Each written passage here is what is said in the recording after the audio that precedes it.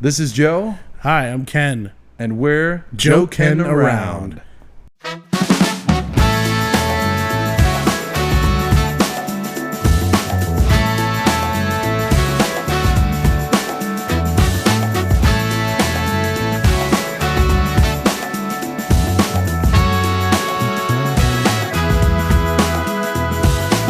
Yeah. We're back. This is very, fun. very official now. Last episode, we kind of ended with Superman. That's right. Yeah, we're talking about Superman. Some figure. really cool memories and stuff like. Yeah, go figure. And Joe made it a request. He's like, "Yeah, I think we should lead into this next one and still talk about some of that stuff." Yeah, we really can't help but talk about it. It's a big part of our childhood in more ways than one. Yes, this would be true. I think the music, I think the different episodes. Yeah, that's what I wanted to get into just a little bit. I know when you first asked what was your first kind of first memory? Exposure or memory. Yeah, that popped into my head. Whether or not it actually was the first, I'm not sure, but it was definitely the first thing that I could think of. But anyway, we went through all that. We don't have to recap that, but it seemed like we had to stop at some of the early stages of Superman because I think that, our childhood was one part of it, but now what's so cool is noticing how that's developed and continued in our lives all the way up until current. Yeah. You know what I mean? Like, it's just absolutely crazy. I just remembered part of what I wanted to say before, and that is there is a special out, and I'm going to... I don't know if we can leave a link in the podcast or not, but if that's a possibility, I'd love to. If not, then in a future podcast, you just refer to it and figure that out. So the main aspect to what I'd like to get out there is that there's a YouTube video where you can actually watch the process, and basically they're honoring John Williams. I forget exactly the name of the award. I think it's the Lifetime Achievement Award of some sort, and it's like a major Academy type feel and award, and all the Hollywood people are there, and it was fairly recent because it had some of the actors from the latest Star Wars in it. So it's a fairly recent video, and they're honoring John Williams, and it was just absolutely wonderful to go through it because different people told their stories of him and with him. And Superman was actually fairly early. It wasn't, the first professional thing he wrote or did, but that's near the beginning, and it was so iconic. It was before Indiana Jones, right? Exactly. Was it before Star Wars? Ooh, now you're getting me. I don't know. I think Superman was 78. Right. I think Star Wars was 77. Before. Yeah. So it was after. But very close together. Too. Very close together. Yep. If you ask a little kid, or somebody like my daughter's 2 years old and she recognizes John Williams music. She recognizes. She doesn't quite know what Star Wars is yet because she's just getting into that a little bit. She's pretty young. She's 2 years old, so she knows who Superman is. What's wrong with her? Come on now. Yeah, she should totally have Star Wars down. Yeah, she's a little bit young. She's starting to get into that. However, Superman, she knows the difference between different Supermans based on the music. So a couple days ago, she said, "I watched Superman with Daddy," and I was like, "Oh yeah, okay," and she loves Superman. She has a little Superman character, and a little figure guy, and so if I put on Superman, like the animated series or a Max Fleischer cartoon or something, she's like, "No, the other one," and all I have to do is just play the music, and she starts laughing and jumping. And no way, that's crazy. Superman. Wow. Like the same way I feel inside. Yeah, but we're adults and we don't show it. We're just kind of I don't put my underwear on the outside and grab a towel and start running up and down the halls. I don't know. I know that you don't. If you check my house cameras, you might see something like that, but it's not me. Right. Okay. At least you're being honest. But she recognized that. Yeah. It's because of the music. Because before she even sees him, just bum ba bum. Oh man, yeah. Just gives me chills like thinking about it. Yep. Oh yeah. Yeah. Beautiful. Oh, and he gets to talk about a little bit of the power of how he sets things up, because he talks about Jaws, and in some of the video that they play of him talking about these things, you almost forget how much the guy wrote. Like, I know we don't in a way, and we really focus in on it, but the average human going to a Blockbuster video, you forget oh my how goodness, much he's done. I didn't even realize, he had done Harry Potter, like things like that when I was a kid, right? Star Wars, Jaws. Oh my goodness. Jurassic Park. E.T. Are you kidding me? Yep. That's all the Harry Potters. Yep. Schindler's List. Yeah, that's huge. Hook. That was amazing. Oh, what about Home Alone? Yeah. Somewhere in my memory. That was for everybody to just... he did Saving Private Ryan? No, I did not know that. Close Encounters of the Third Kind. I think I remember that he did that Indiana one. Jones. No. So there's one. I think it's Sabrina. Is that in there? Oh,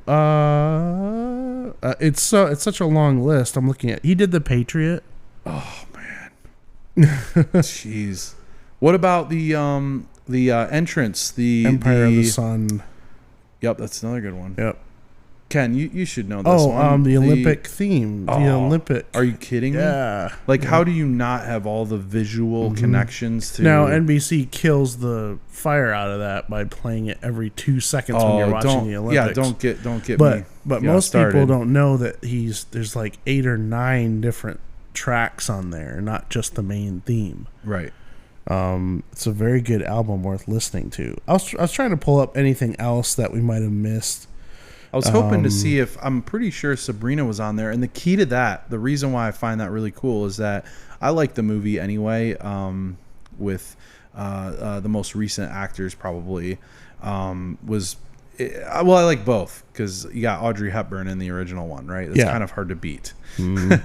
But in this one, they really brought it up, way up next to the other one, in my opinion, because you've got his piano style involved.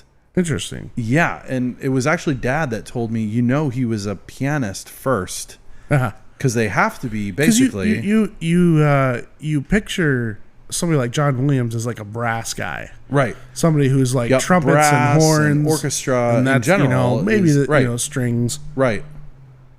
And it's beautiful, because the pieces in there are so enchanting and very different from your typical bam, Star Wars entrance or whatever it is. Fifths. Yep.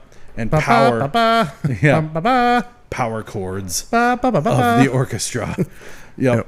But anyway, it was really fun so if you get a chance, try searching in like John Williams gets honored or something like that. I'm sure you'd get it. Yeah. I'd turn and click and look, but I think that's fine enough, because it popped right up before when I looked relatively recently. He is. It's kind of funny because he kind of wrote the score to your childhood.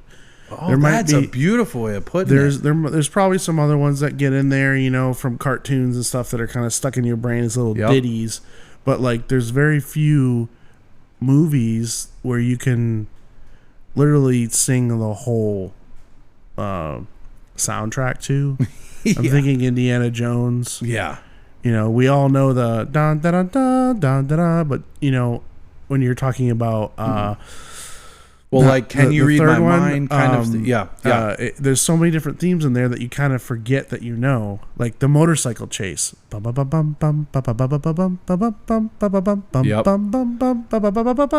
It's like stuck in my brain, and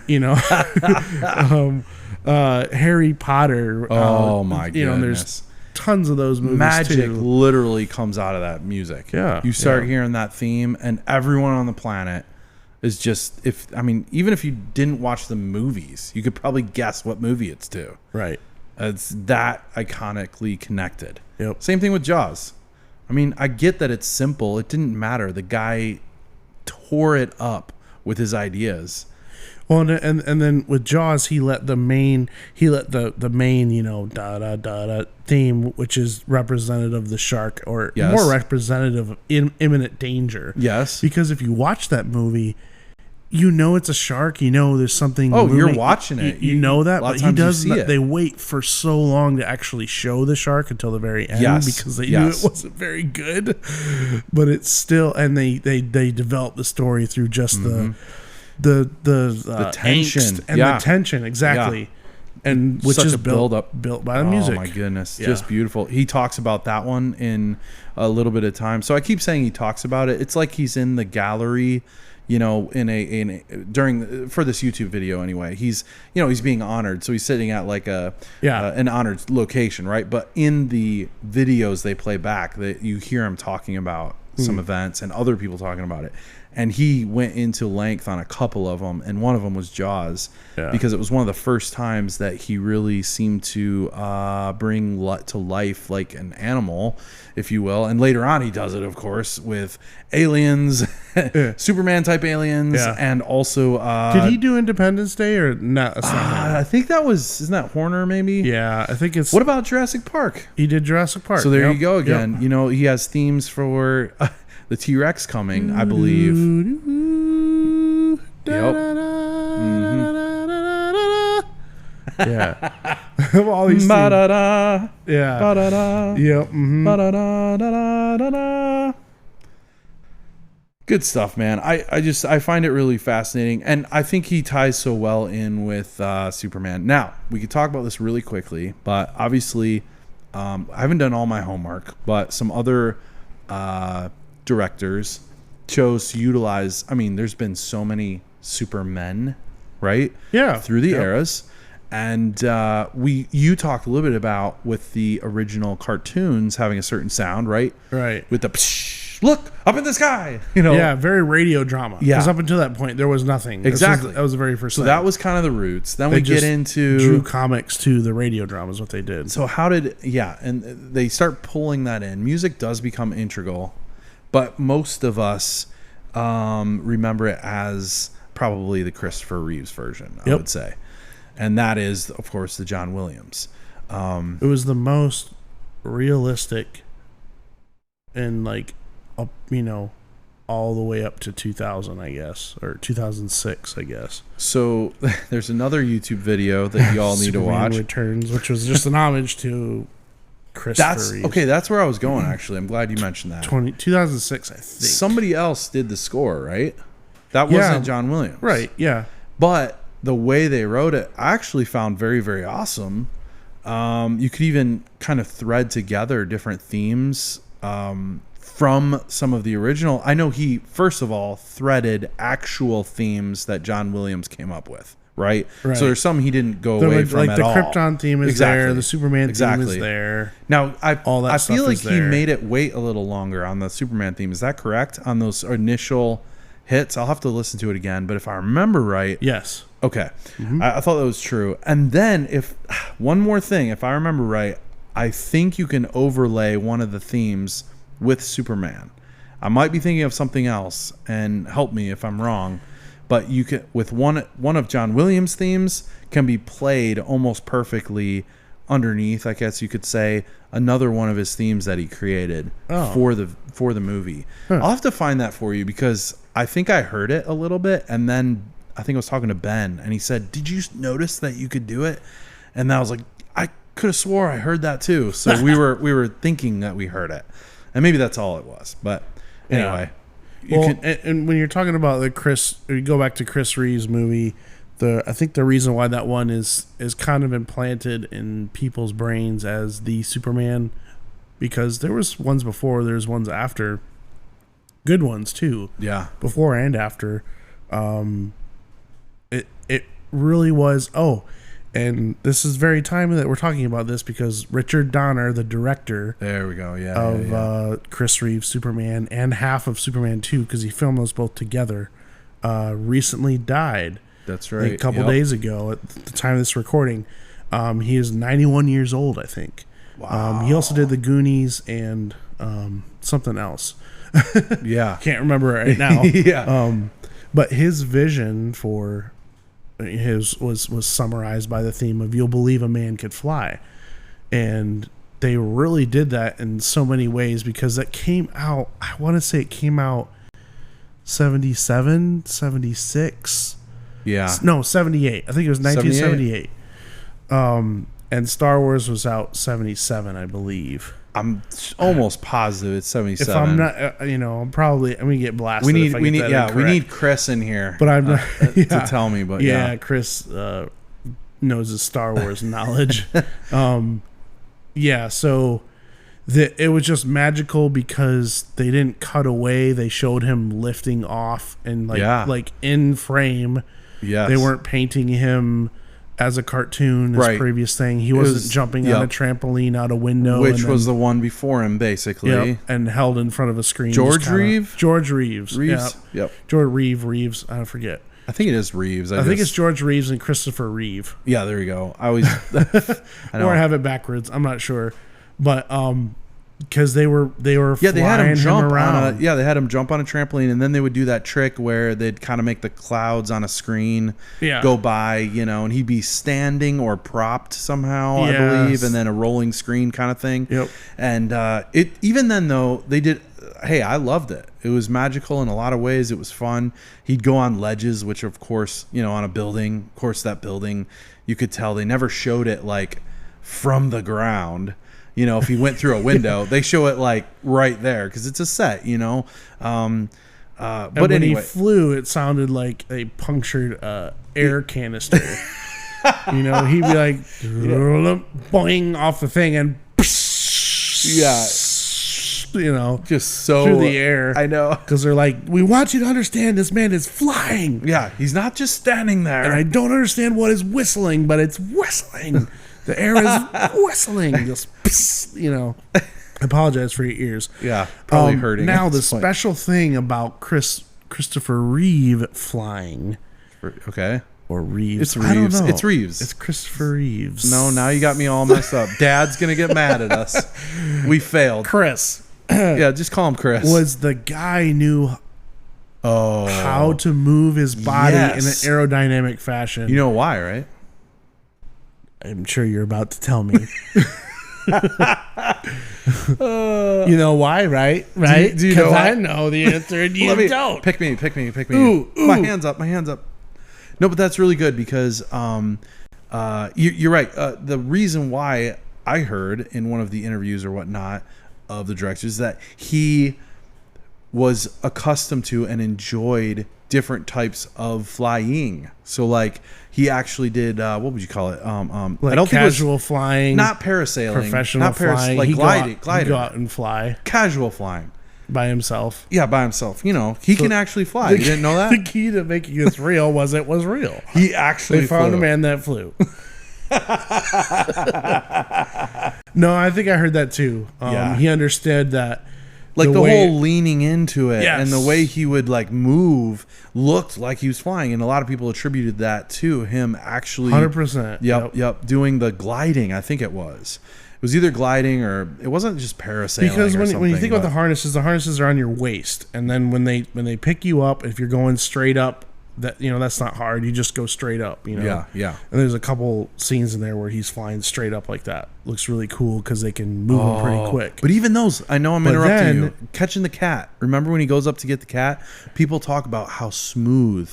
Yes. And he had different styles. When he left that's what I was getting to. That was, he's actually parallel to the ground. Okay. But he takes off, and when they raise him up and his legs come up, his body kind of spins. Okay. On the axis of horizontally. So you understand. So he's supposed to be going up, but he's coming around. And when he does that, his body has to roll in a certain way. Yeah. And he kind of leans into it. Like picture like you're swimming is almost the way that I saw it. Like if you're underwater and you want to move and you want to turn around and go another way, and you're under the water, and how your body moves like that. Right. That's kind of how he did it. It followed that motion of like, oh, it's realistic. He's moving himself through the air as if he's doing it himself. Yeah. And you can compare it to, if you watch Superman 2, how horrible the other people were when they were on wires. Yeah. Like straight arms, just like moving. Yeah. Like nothing happening. Just let the wire do the work, and you can see the difference between. Oh, that was like in Peter Pan. Remember how the actors for that, and they would just.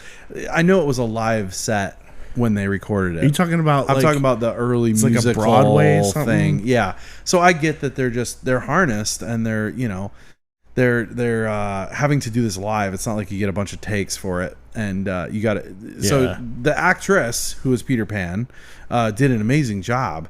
Nothing against it, but you noticed. Man, I barely remember this. Yeah, you noticed though so easily in that look that they were on a wire. Yeah. As a kid, even I was like, yeah, they're just because it looks like they get picked up and thrown around as opposed to them controlling. Look like they're on a wire. Right.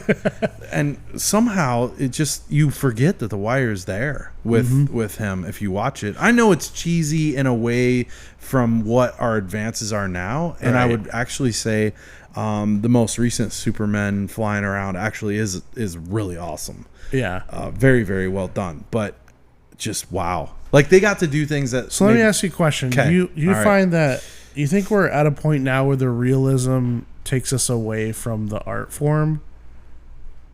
For Superman specifically, I'm talking about Superman flying. So because Superman can fly so fast, you don't get to like enjoy that. You just see him boom and he takes off and it's a sonic boom every time. Well, I was actually going to reference to that because I felt like.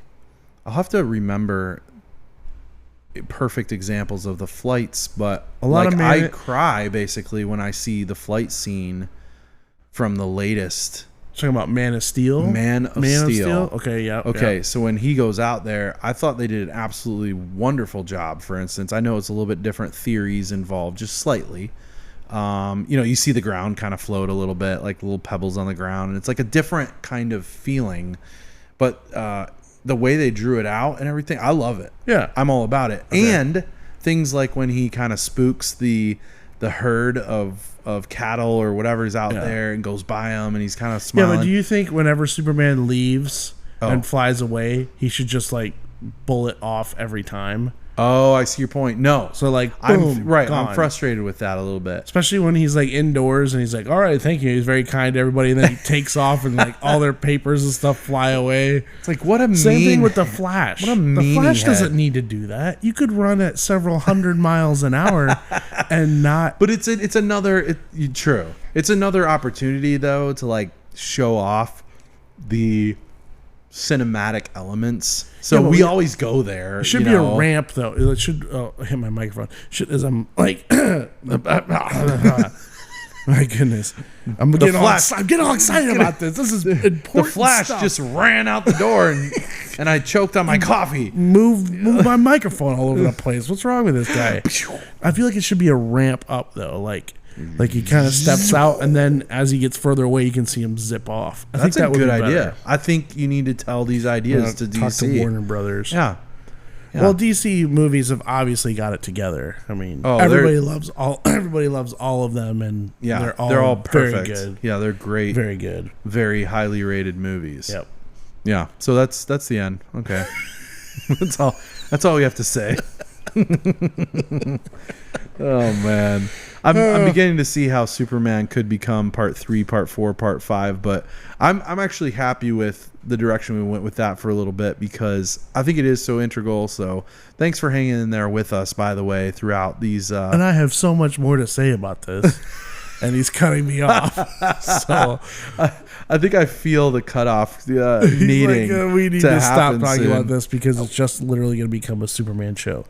But okay, I'm good with that. So I say we move on. But we did Superman, part 4. Hey, we got into John Williams, which opened up the door for other movies for later, and we can keep bringing up topics as much as we want now. I think that was beautiful. I think that laid some groundwork to a big aspect to, we talked about Dad, we talked about the working out stuff, we talked about Superman and John Williams. So yeah, I think we've got a great base laid for us anyway. We don't have any more. That's it. Things that's to all talk that's about. important. So episode 4 will be us talking about what we talked about in episode 1. That's terrible. And then 5 will be episode 2. No, that's terrible. Oh man, just rehash it.